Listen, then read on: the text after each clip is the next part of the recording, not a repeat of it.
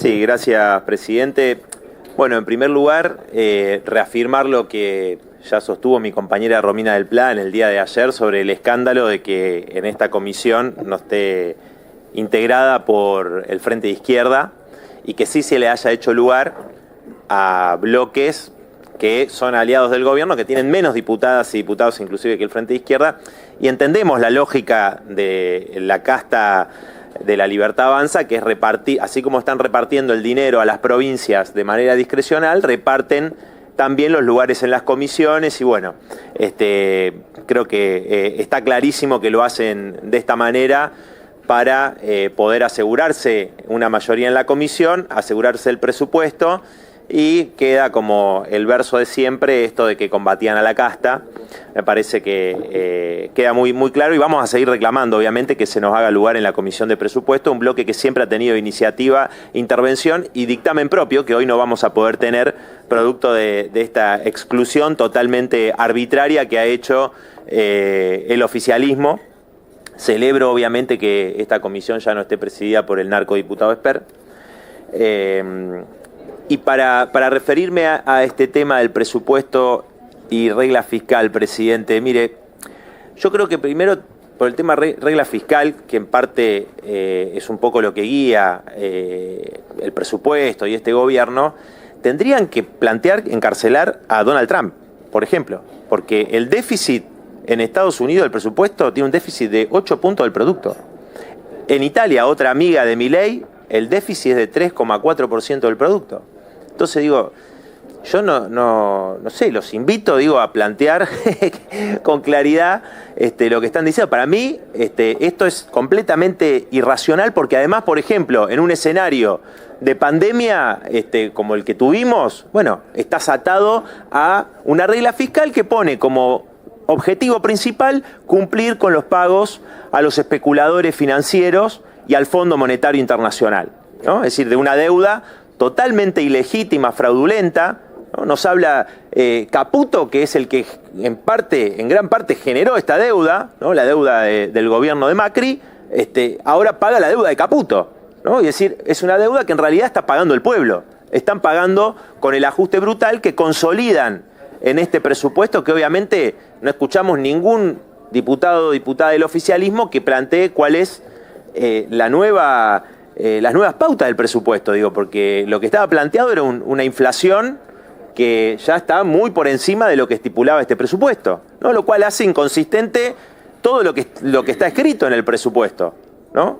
Y hay una nueva medida que plantea el gobierno que escuchamos ayer con respecto a la banda cambiaria que va a tender muy probablemente a que sea más inflacionaria aún. O sea, hoy tenemos una inflación, como se dijo acá, que está en un crecimiento. Bueno, a pesar del brutal ajuste, de la caída del consumo, del crédito y demás, a pesar de la motosierra, de la licuadora, de pulverizar aún más los ingresos de las jubiladas y los jubilados, que además ya venían siendo ajustados por gobiernos anteriores, todos los gobiernos asumen, cambian la fórmula de movilidad, meten la mano en el bolsillo a los que laburaron toda su vida. Bueno, este gobierno los puso como principales víctimas del ajuste que lleva adelante, ¿no? Entonces este presupuesto, tiene planteado, estipulado, pagos de la deuda que, la deuda es un mecanismo de sometimiento al capital financiero que lejos de lo que se dice desde el oficialismo, esto de que, bueno, es un problema del déficit, ¿no? Acá la deuda, hay que decir que surgió por la estatización de la deuda de las grandes empresas, de los grandes empresarios en el año 82 con Domingo Cavallo.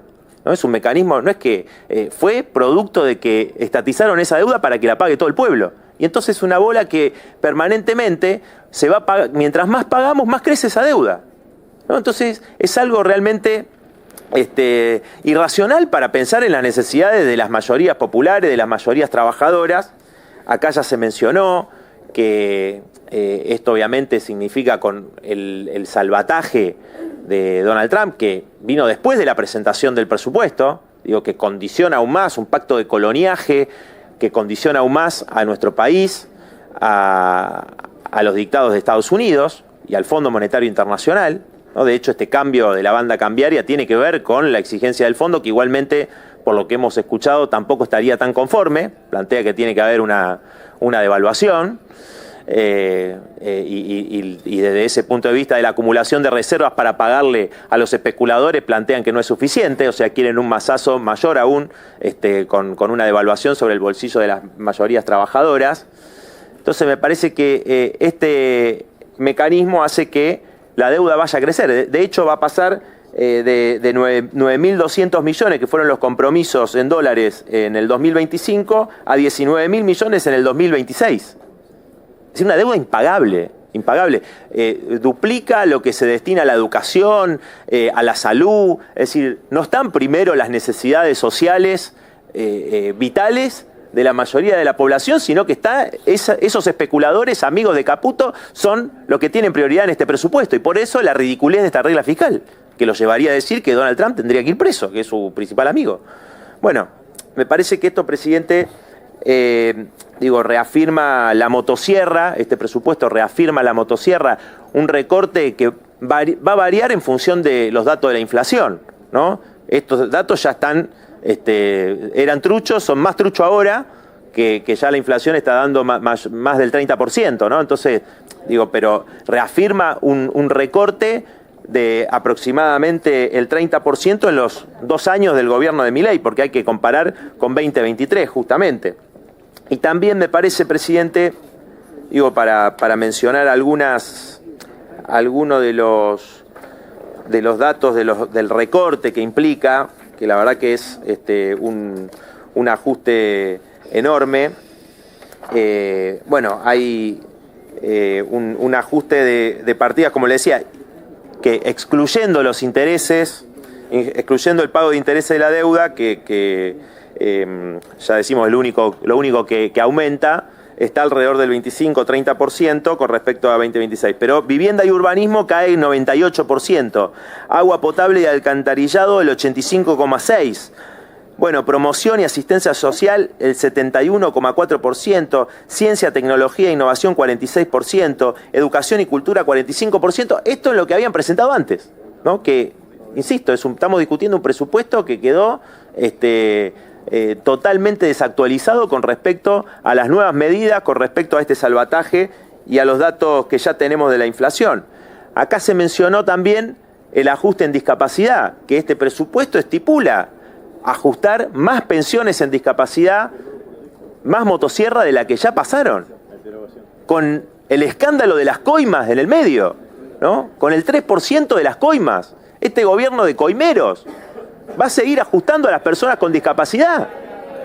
Bueno, no sé qué tienen, no sé por qué se enojan, sí, la verdad. Es la verdad. Bueno, den cuenta de lo que pasó en la Andis. Den cuenta de lo que pasó en la Andis, donde hubo un escándalo gigantesco y siguen ajustando a las personas con discapacidad. Ustedes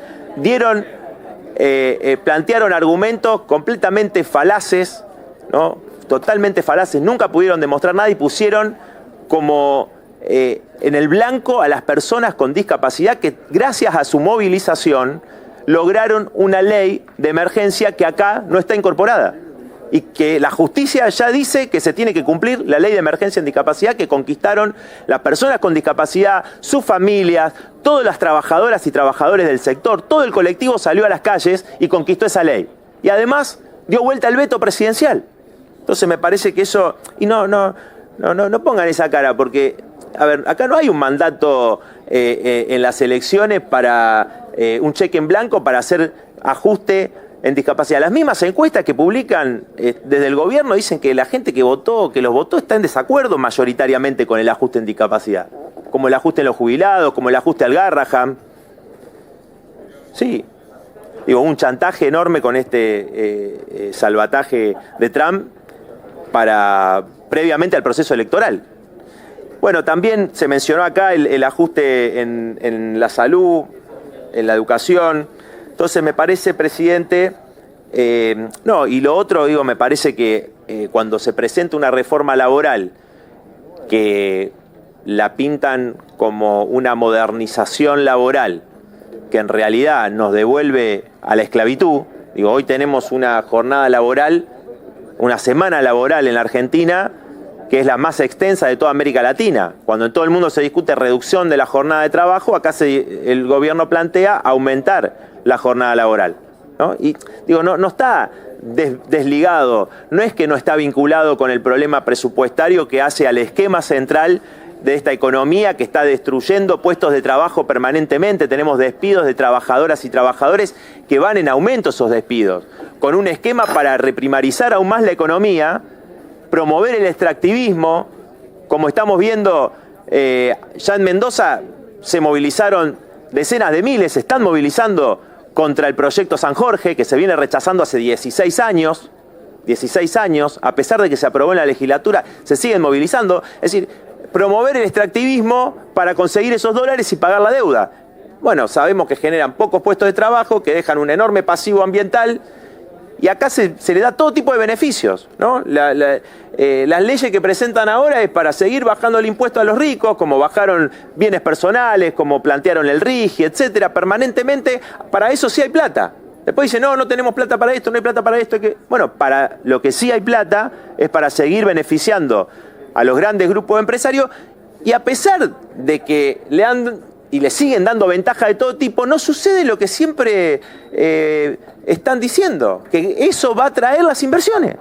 Y tenemos récord de menos inversiones. Entonces digo, me parece que eso muestra que este gobierno obviamente hace demagogia, plantea cuestiones que son totalmente falsas para seguir beneficiando a esos sectores más concentrado. Y nosotros del Frente de Izquierda, y con esto termino, presidente, ya mis compañeras y compañeros van a ampliar nuestro planteo, nosotros somos la única fuerza política que plantea que como punto de partida para poder construir un verdadero plan al servicio de las grandes mayorías hay que desconocer esta deuda fraudulenta, ¿no? Hay que desconocer esta deuda, romper con el capital financiero, con el Fondo Monetario Internacional, lo que se han negado todos los gobiernos. Y la oposición mayoritaria también se opone a romper lazos con el Fondo Monetario, con el capital financiero internacional.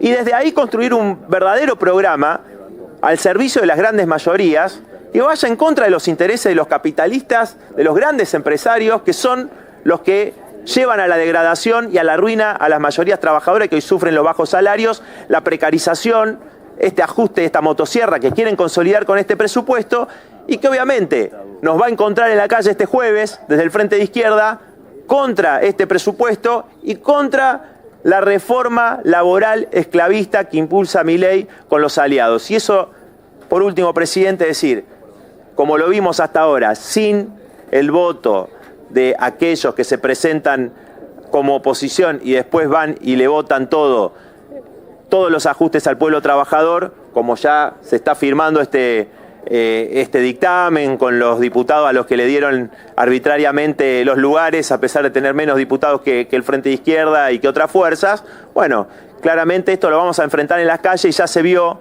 con los distintos vetos que dimos vuelta, inclusive con los que no pudimos dar vuelta, como el de jubilados por 2 votos, que en las calles vamos a derrotar estos planes, y por eso convocamos a todos los trabajadores y trabajadoras para movilizarnos en un verdadero polo independiente este día jueves para exigir un paro nacional, un plan de lucha y derrotar la reforma laboral que está impulsando este gobierno, haciendo obviamente asambleas y debates en cada lugar de trabajo, convocando a los trabajadores y trabajadoras, no solamente formalizados, sino también a aquellos trabajadores informales, que no se van a ver beneficiados con esta reforma laboral, como dice el gobierno, porque pierdan derechos a aquellos trabajadores y trabajadoras que aún mantienen conquistas históricas por año de lucha, sino que van a estar aún peor de lo que ya se encuentran, informales, precarizados, con muy bajos salarios, sin ningún tipo de derecho. Así que muchas gracias, presidente.